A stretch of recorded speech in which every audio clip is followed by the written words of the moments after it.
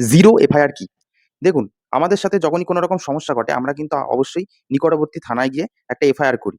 কিন্তু এখন এমন একটা পরিস্থিতি হলো, আপনার সাথে কোনো রকম সমস্যা ঘটলো কিন্তু আপনি সেই আপনার নিকটবর্তী থানার কাছে নেই। হয়তো আপনি কোথাও দূরে আছেন। সাপোজ একটা এক্সাম্পল, ধরুন আপনি কোথাও একটা ঘুরতে গেছেন। ধরে নিলাম আপনি দার্জিলিং ঘুরতে গেছেন। কিন্তু আপনার বাড়ি হয়তো সোনারপুরে। এবার সোনারপুরের আপনার বাড়িতে কোনো রকম হয়তো চুরি হলো। সেটা আপনি খবর পেয়েছেন বা হয়তো আপনার বাড়িতে সিসি ক্যামেরা আছে আপনি দেখতে পেয়েছেন। তো নরমালি আপনি যদি বাড়িতে থাকতেন তাহলে কি করতেন? আপনি অবশ্যই নিকটবর্তী সোনারপুর থানায় গিয়ে একটা এফআইআর করতেন।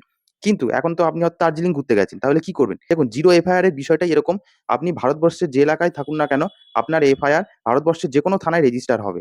সেক্ষেত্রে আপনি কি করবেন? আপনি যখনই শুনতে পারবেন যে আপনার বাড়িতে এরকম কোনো ঘটনা ঘটেছে, তখনই আপনি যে এলাকায় থাকুন না কেন, সেখানকার নিকটবর্তী থানায় যাবেন এবং সেখানে আপনি আপনার সমস্যার কথা বলে একটি জিরো এফআইআর রেজিস্টার করতে পারবেন। এবং এতে কি হয়? আপনি যদি দার্জিলিং এর কোনো থানায় যদি জিরো এফআইআর রেজিস্টার করেন, তাহলে সেই এফআইআরটাকে কিন্তু সেই পুলিশ স্টেশন আপনার যে এলাকায় আছে, সেই jurisdiction এর কিন্তু পুলিশ স্টেশনে সেই এফআইআরটাকে কিন্তু ট্রান্সফার করে দেওয়া হবে এবং আপনারই এলাকার jurisdiction এ পুলিশ অফিসাররা কিন্তু ইনভেস্টিগেশন এ আসবে।